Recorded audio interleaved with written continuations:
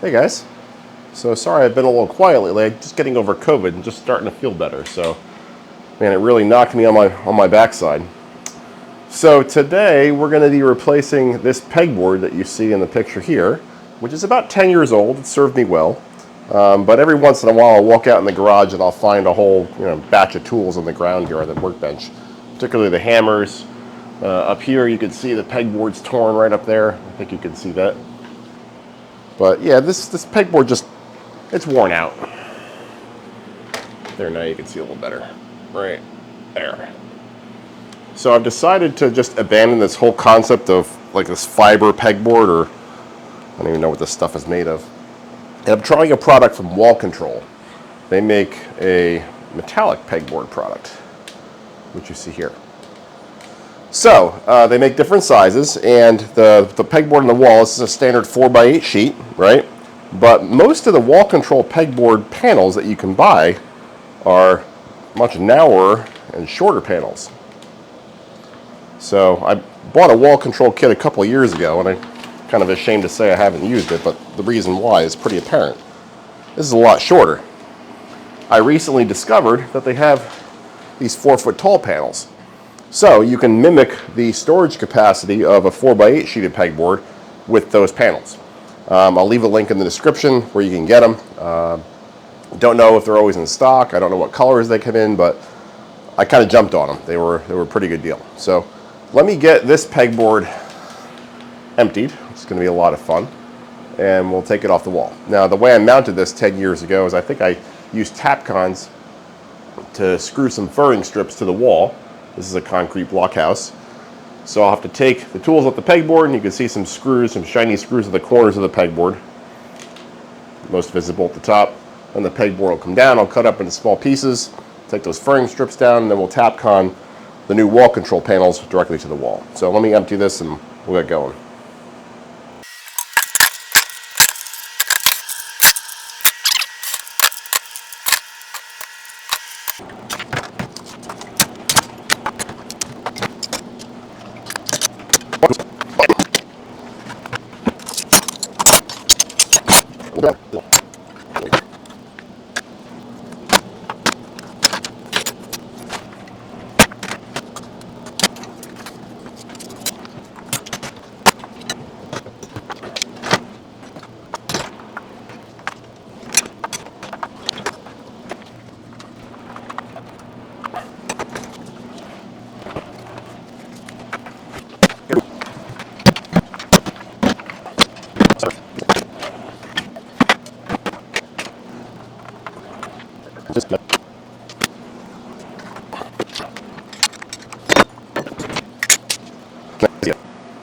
Home stretch.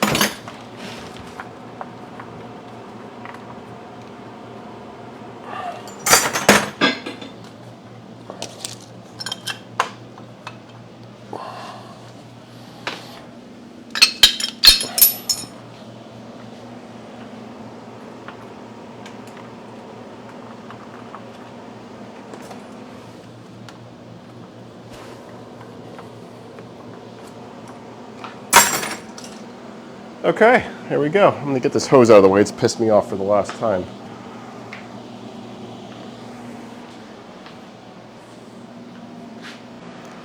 All right, the pegboard is bare. It's now time to get the screw gun and take it down.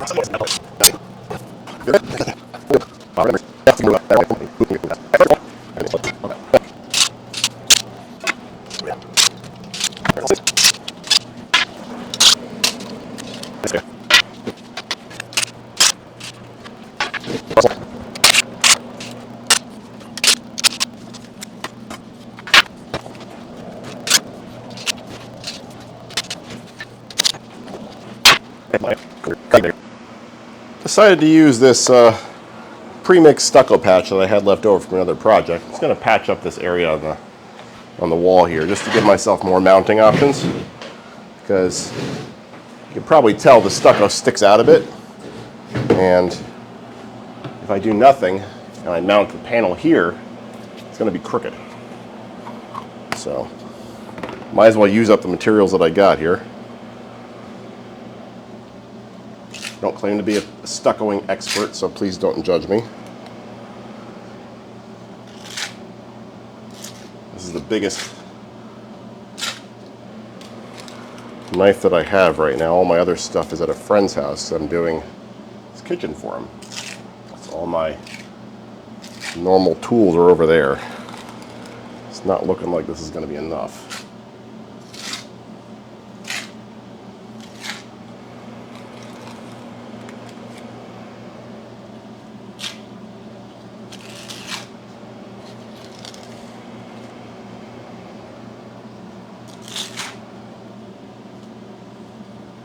Thanks to the wonders of Amazon, though, I could probably have another one here tomorrow.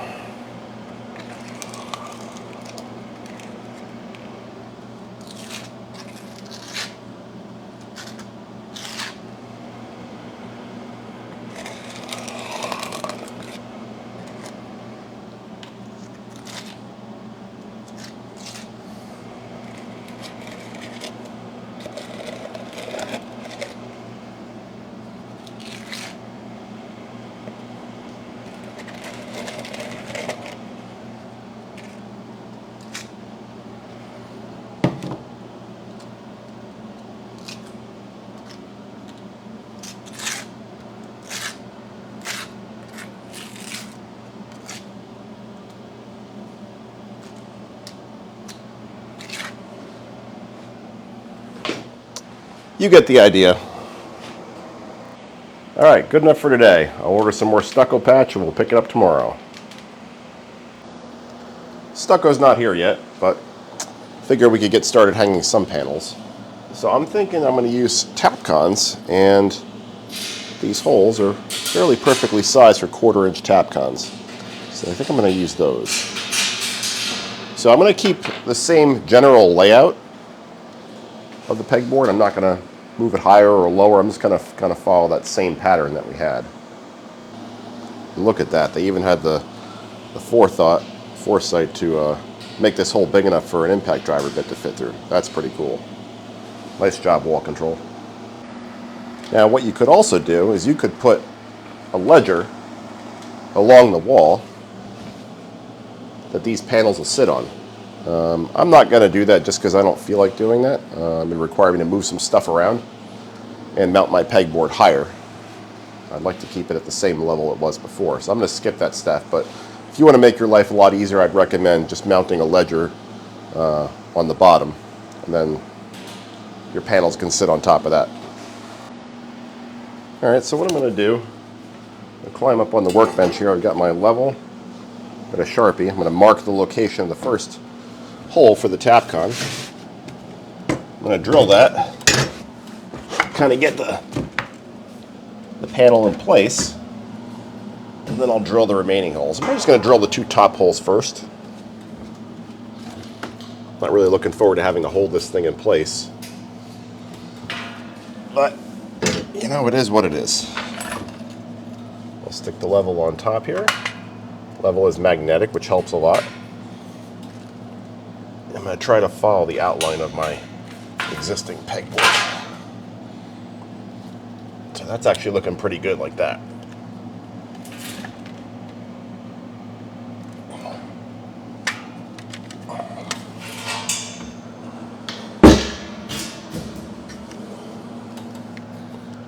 Realize it might be a little hard for you guys to see. Apologize for that.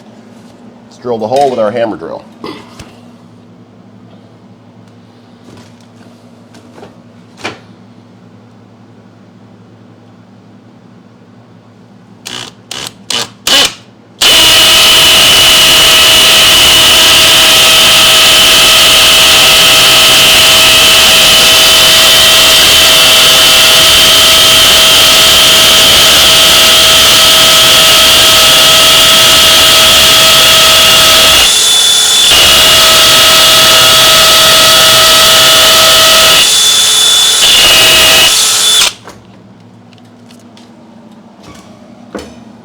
There we go. I always drill the hole a little bit deeper than I need to with Tapcons.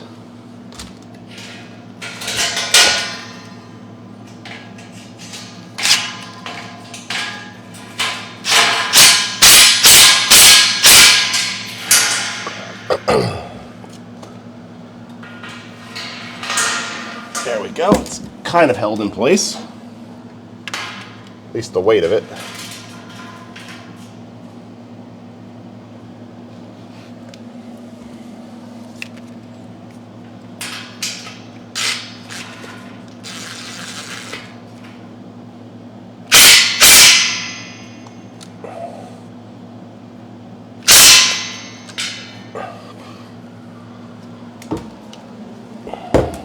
Now we'll drill the hole for the next Tapcon.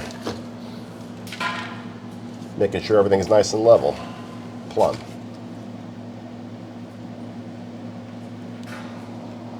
Happy with that.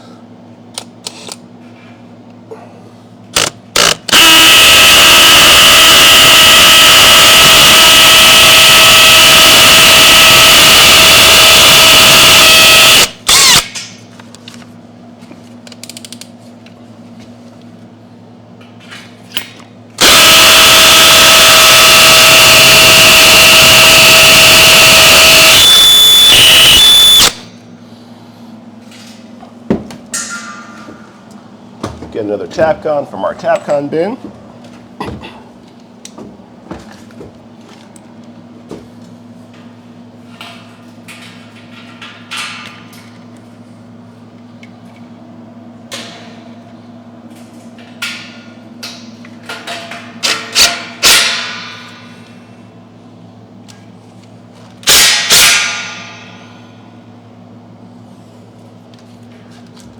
It's looking pretty darn nice so far.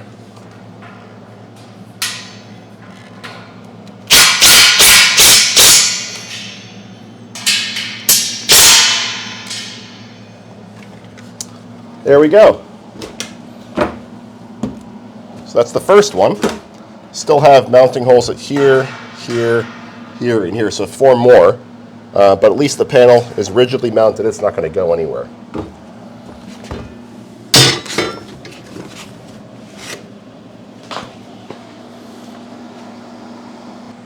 Let's drill one of those Tapcons at the bottom just to kind of sturdy things up a little bit.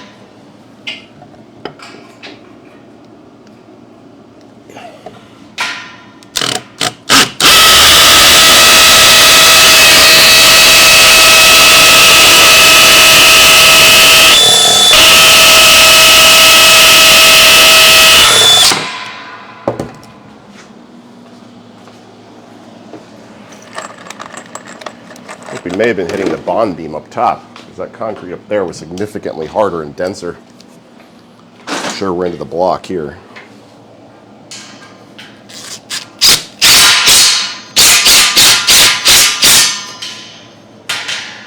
There we go.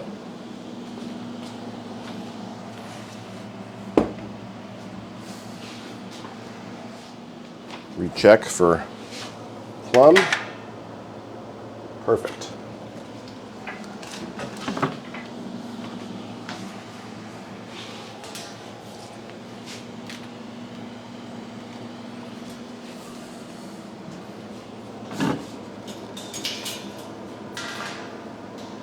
And we just repeat that process.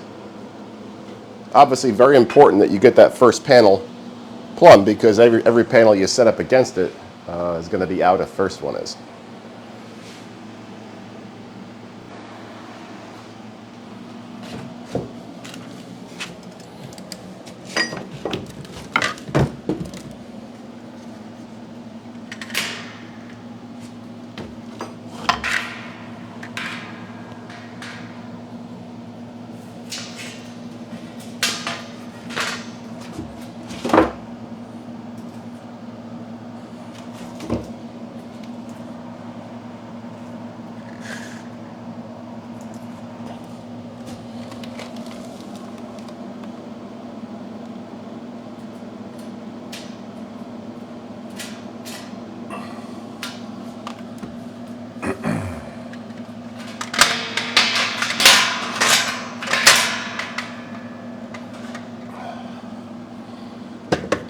this one is giving me some fits here.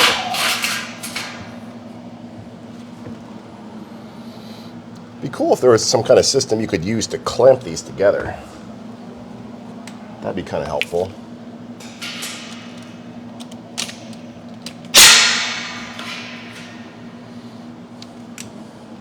I just loosened up this tap gun up here because I feel like it's... Whoops! Carefully.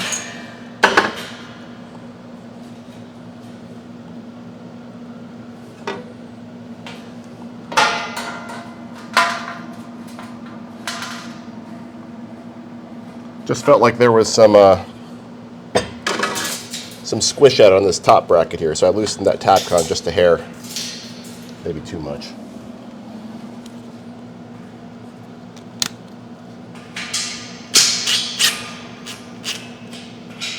That's better.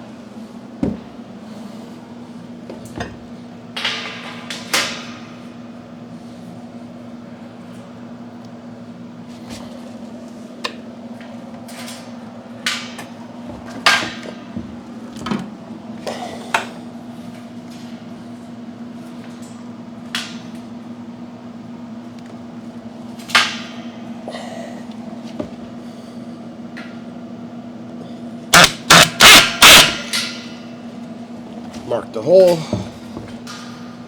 and then we drill it. Wait, which one was it? This one? I think it was this one.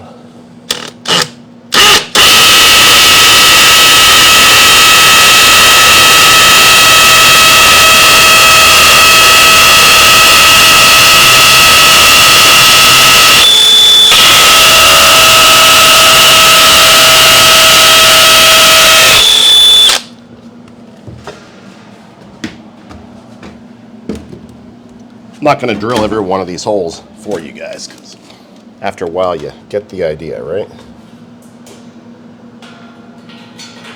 Plus that hammer drill's loud. I'm going to have to bleep that out.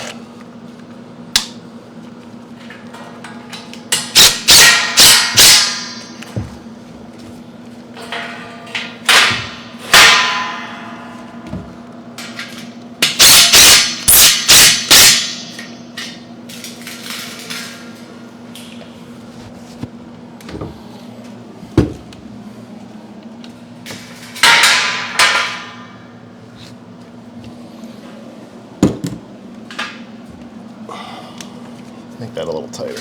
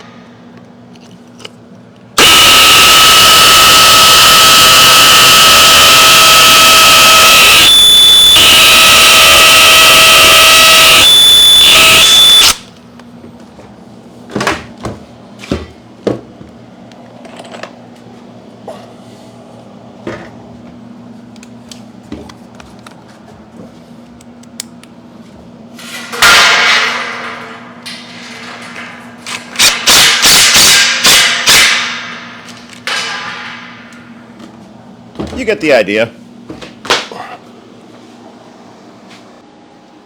Hey guys, so it's a couple days later.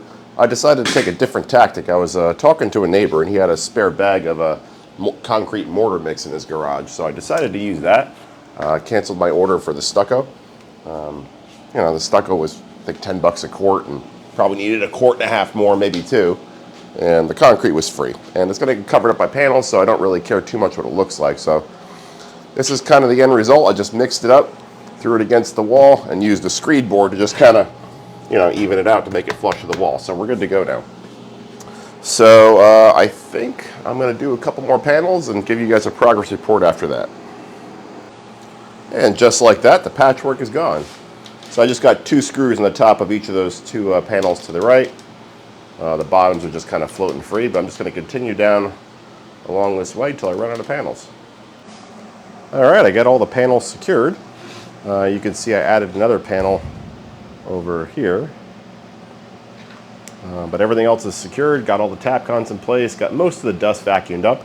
Now it's time to load up the pegboard. I'll spare you guys that part as well, because it's going to take me a little while to figure out how I want to do this. But you can see that it's a pretty nice system. It's very, very strong, a lot stronger than that cheap pegboard that you buy at the store. There's 6 tap cons holding each panel up, so you could probably park the car in these things. They're not going anywhere. So I'll get you guys another shot once I got it loaded all back up. So after many hours of cleaning and testing and reinstalling, this is the end result. I'm pretty happy with it. So I think I got more tools on here than I did before. I got more wrenches. So you can see, like, up in that area, I got more wrenches than I had before. I got all my not very used often screwdrivers along the top here. Got my hammers along the right side over here. Don't need to worry about them messing up this pegboard. Got all the pliers that I use all the time, kind of down in this area here. Got the screwdrivers I use all the time right here. So I tried to get all the tools that I use a lot down low and right in front of me. Got all the pictures back that I had before, so I'm pretty happy with this. This is not a very expensive project. I think I spent more time reorganizing things and putting everything back on the pegboard than I did actually installing this new wall control stuff. So, I mean, time will tell how it lasts, but I can't imagine I'm going to have a problem with this compared to the old pegboard. So, again, I'll leave a link to this pegboard kit. I'm not the wall control kit. These 48-inch tall panels, because they're not very well known. Most of them are those, like the 32-inch panels over here that you see here. So if you're trying to replace a 4x8 sheet of pegboard with wall control metal pegboard, again, this is the way to do it. So again, I'll leave a link to all this stuff in the description. There is some stuff that came with the wall control. I guess the 32-inch kit that I've had for a couple of years. I haven't messed around with these, but there's some metal brackets that seem pretty stout. I haven't messed around with those too much, but maybe I will at some point.